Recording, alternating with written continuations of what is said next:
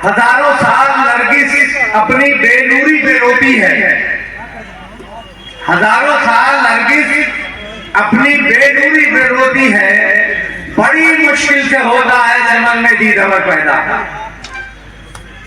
आज हम जिस शख्सियत का जन्मदिन मना रहे हैं, वैसी शख्सियत सदियों में पैदा होती है और हजारों साल में पैदा होती है। अभी एक वक्ता बोल रहे थे कि पट्टा अधूरा किया गया था, बहन जी आई तो पट्टे को पूरा किया।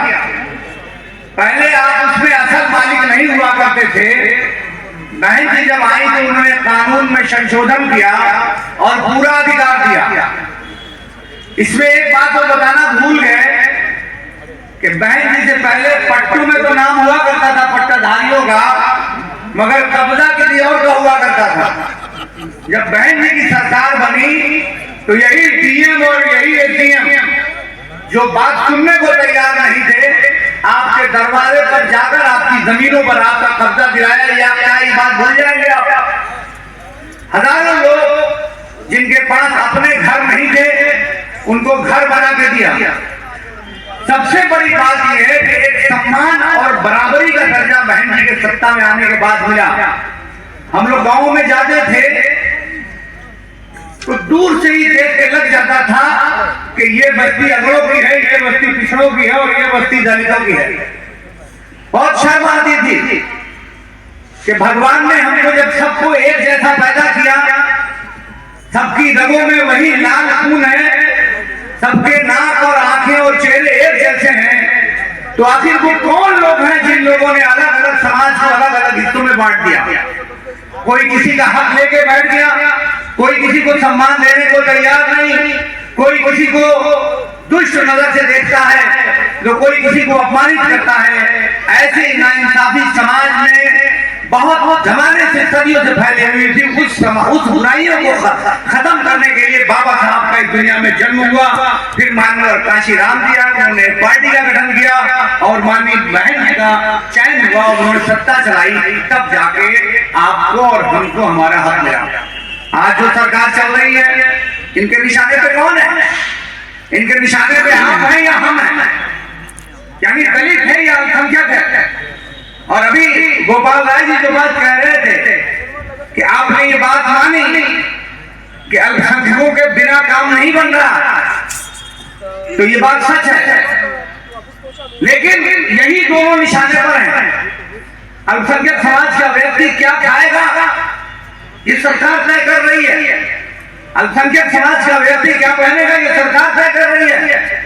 दलित कहां रहेगा और कहां बैठेगा और कहां खड़ा रहेगा, ये सरकार तय करना चाहती है। हमको इस नाबराबरी को अगर खत्म करना है तो हम लोगों को, वो लोग जो निशाने पर हैं, यानी दलित, शोषित और अल्पसंख्यक, हम सब लोगों को एक प्लेटफार्म पर आना पड़ेगा, वरना आने वाली नस्लें हमें माफ नहीं करेंगी और फिर हम हजारों साल पहले की दशा में चले जाएंगे। और वही सरकार का इशारा है, सरकार की वही मर्जी है। आज हम ये बात जानते हैं कि निशाने पे कौन है। अभी मैं 4-5 दिन पहले माननीय बहन जी से मिला था, तो चर्चा इस बात की हुई, अभी लोग गोपाल राय जी कह रहे हैं, वो भी इस बात के लिए चिंतित है, उससे पूछने लगी। तो जो बात मैंने वहां बताई थी वही बात आपको भी बताना चाह रहा हूं कि हमारे लोग माइनॉरिटी के, खास तरीके से मुसलमान, इन्होंने दलितों के साथ या बहुजन समाज पार्टी के साथ कभी भी वो गठजोड़ नहीं पैदा किया जो इनका कभी कांग्रेस से हुआ करता था या समाजवादी पार्टी के साथ। और मेरा दावा है कि जिस प्रकार से मुसलमान कांग्रेसियों और समाजवादी पार्टी के साथ रहा है, अगर उतनी बहुमता के साथ जिस दिन दलितों के साथ खड़ा हो गया, उस दिन सरकार बनाने से कोई भी ताकत नहीं रोक सकती, क्योंकि यही नेचुरल रिलायंस है, यही नेचुरल और असली रिलायंस है, यही असली और नेचुरल रिलायंस है। इसलिए मैं अपने समाज के लोगों से कहना चाहता हूं कि कब तक आप आजमाओगे आजादी को? गए हुए बहुत जमाना बीत गया, मुल्क को आजाद हो और आप भी अब तक हुकूक नहीं मिले। अभी रास्तों में गलत रास्ते पे थे, मैं खुद भी मानता हूं कि मैं भी गलत रास्ते पर था और मुझे यहाँ आके एहसास हुआ है